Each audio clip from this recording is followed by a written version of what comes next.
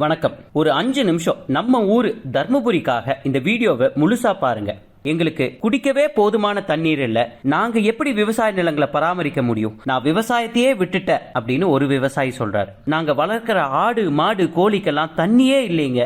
ஏரி குளம் குட்டை கிணறு எல்லாமே வறண்டு போயிருச்சு. காசு கொடுத்து தான் தண்ணீரை வாங்கி நாங்க எங்க ஆடு மாடுகளுக்கு கொடுக்கறோம் அப்படின்னு இன்னொரு விவசாயி சொல்றாரு. இது எங்கிட்ட சொல்லல, பிரபல ஆங்கில பத்திரிகைக்கு தர்மபுரி விவசாயிகள் பேட்டி கொடுத்திருக்காங்க. விவசாயம் அழிஞ்சு விவசாயிகள் ஒரு பக்கம் இப்படி மனசை விடுறாங்கன்னா, வேலைக்காக வெளியூர் போன இளைஞர்கள் இன்னொரு பக்கம் கதறாங்க. அவங்க என்ன சொல்றாங்கன்னு கேளுங்க. நான் என் அம்மா அப்பா மனைவி 2 குழந்தைகளை விட்டுட்டு பெங்களூர்ல வேலை பார்க்கறேன். தினமும் 12 மணி நேரம் என்கிட்ட வேலை வாங்குறாங்க. அடிமையோட மோசமா நடத்துறாங்க. கெட்ட வார்த்தையிலேயே திட்டுறாங்க. கடந்த 3 வருஷத்துல மட்டும் 2 முறை என்னை அடிச்சிருக்காங்க. தர்மபுரியில கம்மி சம்பளம்னாலும் பரவாயில்ல, ஒரு வேலை கிடைச்சிட்டா ஓடி வந்துருவேன் அப்படின்னு ஒரு 34 வயசு இளைஞர் சொல்றாரு. இந்த பிரச்சனைக்கெல்லாம் மூல காரணம் என்ன தெரியுமா?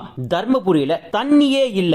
தர்மபுரியில ஏரி குளம் குட்டைன்னு எல்லா நீர்நிலைகளும் வறண்டு கிடக்குதுன்னு பிரபல ஆங்கில பத்திரிகை இந்தியன் எக்ஸ்பிரஸ் போன மாசம் 25ஆம் தேதி நியூஸ் போட்டிருக்காங்க. தமிழ்நாட்டோட தலை சிறந்த பல்கலைக்கழகமான அண்ணா பல்கலைக்கழகத்தோட பருவநிலை மாற்றம் மற்றும் தழுவல் ஆராய்ச்சி மையத்தின் பேராசிரியர் ராமச்சந்திரன் சார் என்ன சொல்றாருன்னா, ஒட்டுமொத்த தமிழ்நாட்டிலையும் மழை பெய்யறது குறைஞ்சிட்டு இருக்கு. ஆனா தர்மபுரியில மழை பெய்யறது 2 மடங்கா குறைஞ்சிட்டு இருக்குன்னு சொல்றாரு. மழை பெய்யறது குறைஞ்சதுன்னா தண்ணீர் தட்டுப்பாட்டு வரும். அதனால விவசாயம் குறையும். எங்களுக்கு நல்லா புரியுது, தண்ணீர் இல்லைனா விவசாயம் இல்ல. விவசாயிகள் படுற கஷ்டம் எங்களுக்கு புரிஞ்சுக்க முடியுது. ஆனா ஏன் இளைஞர்களுக்கு தர்மபுரியில வேலை வாய்ப்பு இல்ல? இதுதான் புரிய மாட்டேது. தண்ணீருக்கும் இதுக்கும் என்ன சம்பந்தம்னு கேக்குறீங்களா? சொல்றேன் கேளுங்க. ஒரு தொழிற்சாலைக்கு ரொம்ப முக்கியமான விஷயம் தண்ணீர். எந்த ஒரு பொருளை உற்பத்தி செய்யணும்னாலும் தண்ணீர் தேவை. ஒரு காரை உற்பத்தி செய்யணும்னா 1 லட்சம் லிட்டர் தண்ணீர் தேவை. ஒரு ஜீன்ஸ் பேண்ட் உற்பத்தி செய்யணும்னா 7500 லிட்டர் தண்ணீர் தேவை. நீங்க கையில வச்சிட்டு இருக்கிறீங்க பாருங்க,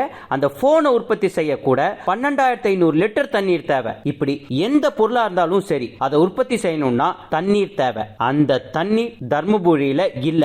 அதனாலதான் எந்த ஒரு நிறுவனமும் தர்மபுரிக்கு வரமாட்டேது. அதனால வேலை வாய்ப்பும் நம்ம இளைஞர்களுக்கு கிடைக்க மாட்டேது. உள்ளூர்ல வேலை கிடைக்காம நம்ம இளைஞர்கள் எல்லாம் பெங்களூர்ல இருக்கிற நிறுவனங்களுக்கு வேலைக்கு போறாங்க. உங்களுக்கு அப்போ ஒரு கேள்வி தோணும், அங்க நிறைய தொழிற்சாலைகள் ஐடி கம்பெனிகள் இருக்குதுன்னா அங்க நிறைய தண்ணீர் இருக்குதான்னு உங்களுக்கு கேள்வி எழுப்ப தோணும். ஆமாங்க, பெங்களூர்ல காவேரி தண்ணீர் கிடைக்குது. பெங்களூர் காவேரி ஆத்திலிருந்து 95 கிலோமீட்டர் தள்ளி இருக்கு. ஆனா தண்ணீர் ரொம்ப முக்கியம்னு புரிஞ்சுக்கிட்ட அவங்க அரசியல்வாதிகள் காவேரி தண்ணியை பம்ப் பண்ணி 95 கிலோமீட்டர் எடுத்துட்டு போய் பெங்களூருக்கு கொடுக்கறாங்க. இதுக்காக கடந்த 10 வருஷத்துல அவங்க எவ்வளவு செலவு பண்ணிருக்காங்க தெரியுமா? 5000 கோடி. 1 கோடி 2 கோடி இல்லைங்க, 5000 கோடி. இது பத்தாதுன்னு இன்னும் காவேரிய தண்ணியை எடுத்து பெங்களூருக்கு கொடுக்க இந்த வருஷம் மட்டும் 5500 கோடி ஒதுக்கீடு செஞ்சிருக்காங்க. 95 கிலோமீட்டர் தண்ணியை பம்ப் பண்ணி எடுத்துட்டு போறாங்கல்ல, அதுக்கு மின்சார கட்டணம் எலக்ட்ரிசிட்டி பில் மட்டும் மாசம் 45 கோடி கட்டுறாங்க. வருஷத்துக்கு அது மட்டும் 550 கோடி. இப்படி தண்ணியை அவங்க அரசாங்கம் ஏற்பாடு செஞ்சு கொடுக்கறதுனால தான் அங்க அத்தனை ஐடி கம்பெனி கார் கம்பெனின்னு பல நிறுவனங்கள் வந்திருக்கு. காவேரி ஆத்திலிருந்து பெங்களூர் 95 கிலோமீட்டர் தள்ளி இருக்கு. அப்படி இருந்து கூட அவங்க அரசியல்வாதிகள் காவேரி ஆத்து தண்ணீரை கொண்டு போய் பெங்களூர் மக்கள் கிட்ட சேர்த்திருக்காங்க. இங்க எப்படி இருக்குன்னு பார்த்தா தர்மபுரி மேலேயே காவேரி ஆறு ஓடுது. இப்படி இருந்து கூட நம்ம அரசியல்வாதிகள் காவேரி ஆத்து தண்ணீரை கொண்டு போய் தர்மபுரி மக்கள் கிட்ட சேர்க்காம இருக்கிறாங்க. கேடு கெட்ட அரசியல்வாதிகள். ஒவ்வொரு வருஷமும் 100 டிஎம்சி உபரி நீர் காவேரி ஆத்துல இருந்து போய் வீணா கடல்ல கலக்குது. அதுல நம்ம கேட்கறது வெறும் 3 டிஎம்சி தண்ணீர் மட்டும்தான். இத பம்ப் பண்ணி தர்மபுரிக்கு கொண்டு போய் சேர்த்தாலே போதும், நம்ம எல்லா பிரச்சனையும் முடிஞ்சிடும். இது கண்டிப்பா நடக்காது. ஏன் தெரியுமா? உங்களை தர்மபுரி மக்களை ஏழையாவே வச்சுக்கணும்னு நினைக்கிறாங்க. ஆனா பெங்களூர்ல இது நடக்காது. தண்ணீர் தரலைனா அவங்க மக்கள் அரசியல்வாதிகளை அடிச்சு ஓட விடுவாங்க. அதுக்கு பயந்துகிட்டு தான் 10,000 கோடி செலவு பண்ணி காவேரி ஆத்து தண்ணீரை கொண்டு போய் கொடுக்கறாங்க. அது மட்டும் இல்லாம எலக்ட்ரிசிட்டி பில் மின்சார கட்டணம் மட்டும் மாசம் 45 கோடி கட்டுறாங்க. இங்க தர்மபுரியில ஏன் உங்களை ஏழையா வச்சுக்கணும்னு நினைக்கிறாங்க தெரியுமா? அப்பதான் நீங்க எதிர்த்து கேள்வி கேட்க மாட்டீங்க, பிரச்சனை பண்ண மாட்டீங்க. அது மட்டும் இல்லாம 5 வருஷத்துக்கு ஒருக்கா 300 500ன்னு கொடுத்து ஒரு 20 கோடி செலவு பண்ணி உங்களை மொத்தமா விலைக்கு வாங்கிடணும்னு நினைக்கிறாங்க.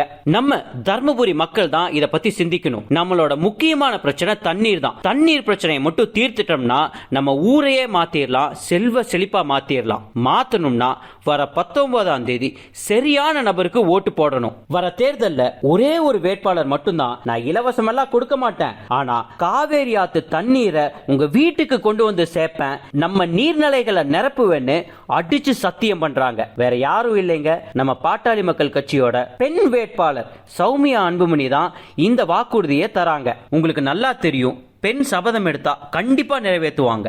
இவங்க சத்தியமே பண்றாங்க, அதனால நம்பி ஓட்டு போடலாம். பொதுவா அம்மா மனைவி அப்படின்னு பெண்கள் பேச்ச கேட்டாவே வீடு நல்லா இருக்கும். அதே மாதிரி தாங்க ஒரு பெண்ணை எம்பி ஆக்கினா நாடும் நல்லா இருக்கும். நம்ம காவேரி ஆத்துக்காக, நம்ம விவசாயிகளுக்காக, அடுத்த தலைமுறைக்காக, இளைஞர்களுக்காக, வேலை வாய்ப்புக்காக சௌமியா அன்புமணிக்கு மாம்பழம் சின்னத்துல ஓட்ட போடுங்க. தண்ணீர் பிரச்சனைக்கு 19ஆம் தேதி சரியான ஒரு முடிவு கட்டுங்க. முதல் முறையா ஒரு பெண் வேட்பாளர் ஜெயிக்க போறாங்க.